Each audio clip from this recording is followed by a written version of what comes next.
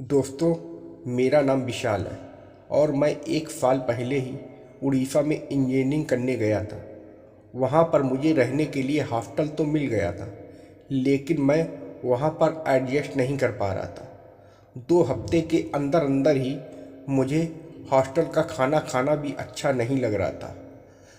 ना तो मेरा उधर मन लगता था और फिर आखिरकार मैंने हॉस्टल को छोड़कर वहीं 1 किलोमीटर के पास ही एक रूम ले लिया था। जिस मकान में मैंने रूम लिया था वो मकान एक प्राइवेट स्कूल की अध्यापिका का था, जो कि घर में बिल्कुल अकेली रहती थी। उनका एक बेटा था जो कि बोर्डिंग स्कूल में ही कहीं दूर पढ़ता था। मुझे इनसे मेरे किसी दोस्त ने मिलवाया था। मकान मालकिन का नाम आशा था, जो कि 35 साल की एक विधवा थी, लेकिन वो दिखने में बिल्कुल 27-28 साल की लगती थी। वो बहुत ही खूबसूरत थी। मैंने उनसे जब रूम लेने की बात की तो उन्होंने मेरे सामने रूम की साफ सफाई को लेकर कुछ शर्तें रखी। मैंने उनकी सारी बातें मान ली, क्योंकि मैं भी सफाई पसंद था। और फिर उन्होंने मुझसे पूछा कि कब से रहने आओगे।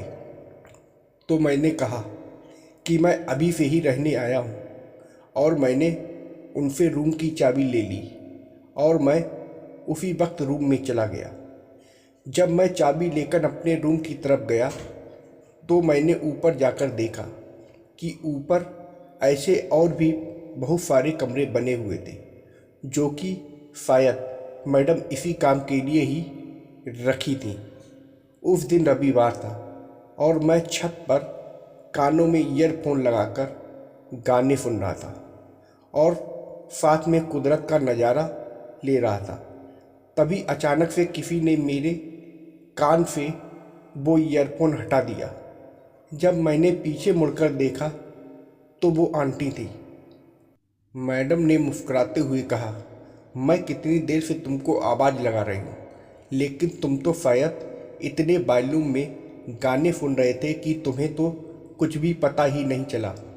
मैंने कहा, मैडम, मेरी ऐसी आदत है कि मैं जब भी ईयरफोन पर गाने सुनता हूँ तो फुल वॉल्यूम में ही सुनता हूँ। तो फिर मैंने ईयरफोन हटा दिए और उसके बाद मैडम मेरे साथ बातें करने लगी। उन्होंने मेरा सारा बायोडाटा ही पूछ लिया कि तुम कहाँ से हो, किस कॉलेज में पढ़ते हो, तुम्हारे माता पिताजी क्या करते हैं, और ऐसे और भी कई सवाल। मैंने भी नज़रें झुकाकर मकान मालकिन के सारे सवालों का जवाब दिया। फिर उन्होंने मुझे अपने बारे में भी बताया कि उनके पति की एक रोड एक्सीडेंट में मृत्यु हो गई थी और उनका एक 12 साल का बेटा है, जो कि बोर्डिंग स्कूल में ही देहरादून में पढ़ता है। मैंने आंटी से सॉरी कहकर उनके साथ अफसोस जताया और वो भी बातें करते करते ही भावुक हो रही थी।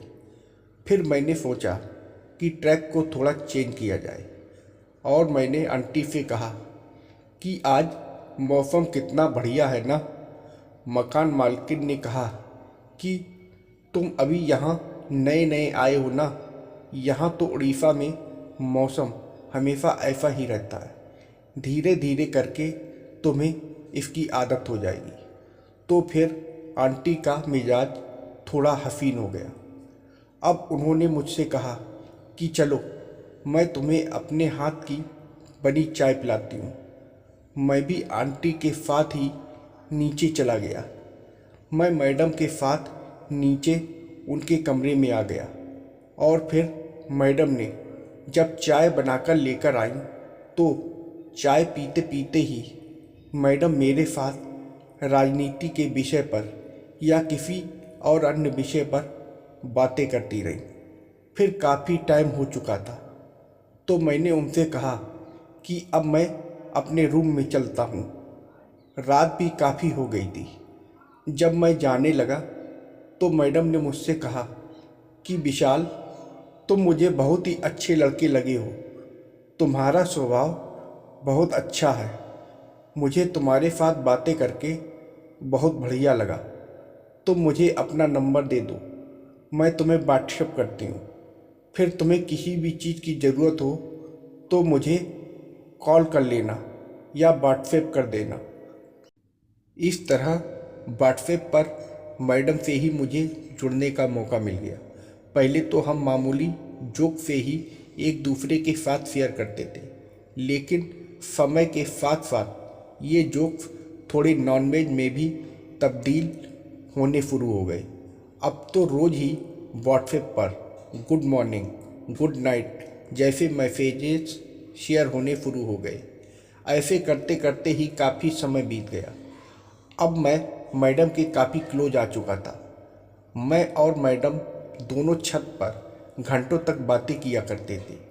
एक दिन की बात है कि मैं अपने कमरे में लेटा हुआ था, तभी मुझे किसी का फ़ोन आया।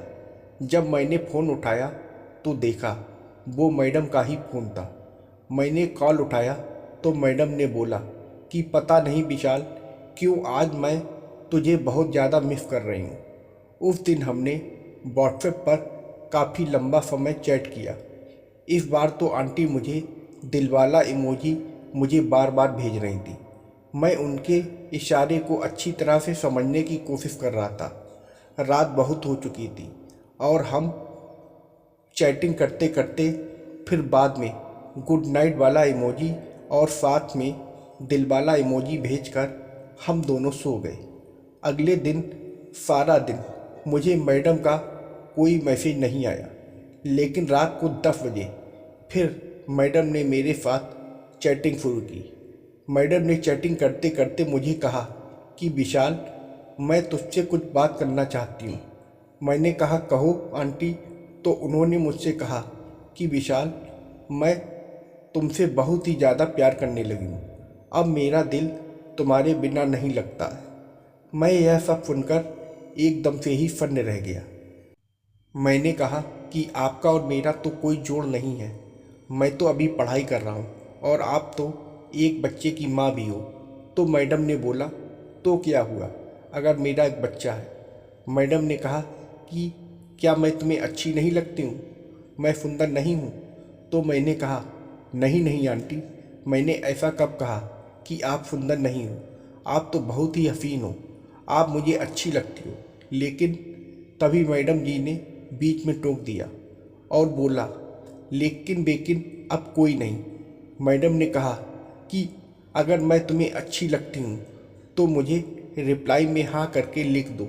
अगर अच्छी नहीं लगती तो भी मुझे साफ साफ बता दो। मैं तो अब बुरी तरह से फंस गया था कि अब मैं क्या करूं। और फिर आखिरकार मैंने हाँ में लिखकर जवाब भेज दिया। फिर एक दिन सुबह मैं उठकर चाय नाश्ता कर जब मैं कुर्सी पर बैठकर मोबाइल चला रहा था तो अचानक से मेरे पीछे से आकर मैडम ने मुझे बाहों में जकड़ लिया। मैं तो उनकी ये जकड़न पाकर आनंदित ही हो उठा। मैं जब उठा तो उन्होंने मुझे अपनी बाहों में भर लिया। ठाकुर महाराज भी बहुत तगड़े थे तो वो मेरे सीने में धंस गए। उनका सानिध्य पाकर मैं तो गदगद हो गया। मैंने मैडम को बहुत ही प्यार से देखा तो मैडम भी मेरी तरफ प्यार से देखने लगी और फिर वो दरवाजे की तरफ देखने लगी। तो मैंने जल्दी से दरवाजे को लॉक कर दिया और फिर हम दोनों कमरे में बिल्कुल ही अकेले थे और हम दोनों फिर इश्क में खो गए। फिर हम दोनों बैठकर बातें करने लगे। इतना सब कुछ हो रहा था, लेकिन फिर भी मैं मैडम की तरफ से पहल के इंतज़ार में था। तो मुझे कुछ समझ में नहीं आ रहा था कि मैं अब क्या करूं। तभी मैंने अचानक से पीछे आकर ठाकुरों पर धावा बोल दिया। मैडम भी मुस्कुरा दी और फिर उसके बाद हम दोनों के बीच एक ज़बरदस्त क्रिकेट का लंबा मैच चला जिसमें हम दोनों ने खूब एंजॉय किया। मैडम को भी शायद काफ़ी सालों के बाद किसी के भी साथ ऐसी क्रिकेट खेलने को मिली थी। मैडम अब पूरी तरह से प्रसन्न थीं और मैं भी। फिर वो सब कुछ करके हम दोनों सो गए। तो दोस्तों, आप लोगों को यह कहानी कैसी लगी कमेंट करके ज़रूर बताइएगा, और वीडियो को लाइक और सब्सक्राइब करना मत भूलिएगा। और वीडियो को पूरी देखने के लिए आप लोगों का बहुत बहुत धन्यवाद।